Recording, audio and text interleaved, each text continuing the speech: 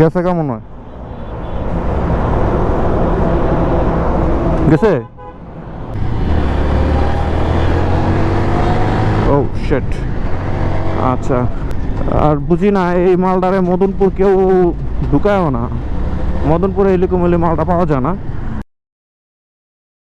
So hello everyone কি অবস্থা সবার আশা করি ভালো আছেন সো কাহিনী যেটা হয়েছে ইদানিং একটু বেটের হওয়া কম পড়তেছে যার জন্য ভিডিও আগের মতন আসতেছে না সো আজকে মোটামুটি কয়েকটা দিন পরে বের হয়েছে একটা ব্লগ করতে আর মূলত এখন যাবো হলো সানার পর ও শিট আচ্ছা তো বের হয়েছে মূলত গাড়িতে ফুয়েল চেঞ্জ সরি আরে ভাই এটি কি উঠতেছে আচ্ছা সো যেটা বলতেছিলাম মানে বের হয়েছি মূলত হলো গাড়িতে ইঞ্জিন অয়েল চেঞ্জ করতে হবে যে দেখেন কতগুলো চলে গেছে 2290 কিলো 2290 কিলো চালাই ফেলছি একটা ইঞ্জিন অয়েল দিয়া তো মোটামুটি একটু ভালো টাইমে চালাইছি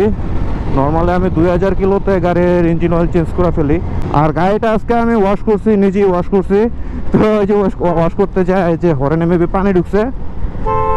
হরেন একটু বাইরে করতেছে জায়গা ঠিক হয়ে যাবে ও বাই দ্য ওয়ে এখন কিন্তু রমজান মাস চলতেছে মানে আমার তো রেগুলার এখন ভিডিও করা পড়তেছে না যার জন্য এটা আপনাদেরকে বলাও হয় নাই সবাইকে রমজান মাসের শুভেচ্ছা আজকে হলো অলরেডি আজকে 20 রোজা এতদিন পরে আমি এবার আপনাদেরকে শুভেচ্ছা জানাইতেছি একবার ঈদের শুভেচ্ছা জানালেও পারতাম সো এই তো কাশপুর ব্রিজে উঠতেছি এ ডক্টরের গাড়িটা তো ভালো ডিস্টার্ব করতেছে যায়ও না যাইবারও দেয় না আচ্ছা চলেন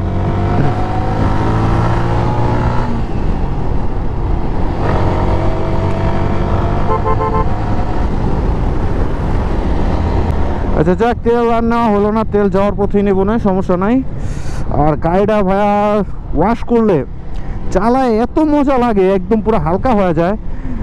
এতদিন গাড়ির অবস্থা পুরাই নাজেহাল ছিল আবার মাঝখানে 2-1 দিন একটু বৃষ্টি হয়েছিল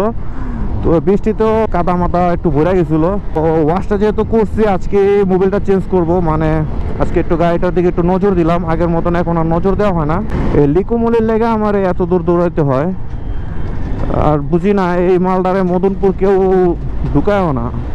মদনপুরে এই লিকুমুলি মালটা পাওয়া যায় না চিটাং রোডও পাই না সানার পর একটা গ্যারেজ আছে সবসময় ওখান থেকে ড্রেন দেই ওর কাছে পাওয়া যায় তার উপরে একটা সন্দেহ কাজ করতেছে মনের মধ্যে আজকে হলো শুক্রবার তো শুক্রবারে তো গ্যারেজ ট্যারেজ একটু আবার অফ থাকে বাইকের গ্যারেজ ম্যারেজ অফ থাকে তো জানি না ওইটা কি এত খোলা আছে নাকি বন্ধ খোলা থাকলো তো আলহামদুলিল্লাহ চলেন যাই দেখা যাক কি অবস্থা এই তো গ্যারেজে পড়ছি রে গ্যারেজ তো ফালাই থুয়ে যেতেছিলাম গা আচ্ছা চলেন দেখি এই তো ভাই আছে লিকুমুলি আর এই B3 ড্রাম রাবার আছে পিছনেরটা ড্রাম রাবার আছে গেছে কেমন হয় গেছে মানে গিয়ারটা দিলে যেমন চেনটা একটু বাড়ি খায় আগের থেকে বেশি টক করে আওয়াজ হয় এই কারণে আমার মনে হইলো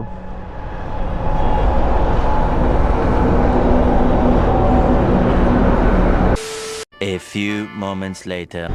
সো কাহিনী যেটা হয়েছে মোবিল টোবিল ড্রেন দেওয়া শেষ এখন বের হয়ে গেছি চলেন যাই তো আইসা পড়লাম ইউটার্নের কাছাকাছি এখন চলেন ইউটার্ন নিয়ে নেই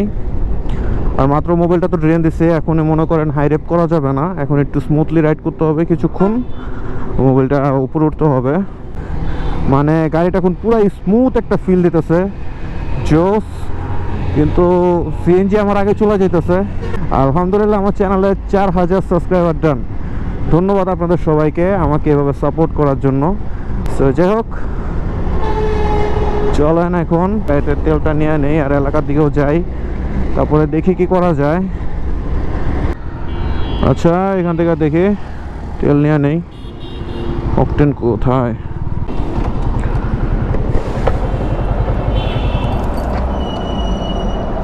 $300 আচ্ছা যাই হোক ভিডিও আর না করি ভিডিও এখানে শেষ করে দেই, পিছনে অবস্থাটা দেখছেন। আচ্ছা যাই হোক, ভিডিও এখানে শেষ করে দেই, ভিডিও আর না করি, যেহেতু রোজার মাস, ইফতারের সময় হয়ে আসছে, আর বেশিক্ষণ বাইরে থাকবো না, বাসার দিকে চলে যাব। আর এই তো মদন পৃষ্ঠানে আইসা পড়ছি অলমোস্ট। তো যাই হোক, এই ছিল আজকের ভিডিও, মানে ছোট্ট একটা শর্ট ব্লগ করলাম। তো ভালো লাগলে লাইক কমেন্ট শেয়ার সাবস্ক্রাইব করবেন। বাই বাই, টেক কেয়ার, আল্লাহ হাফেজ।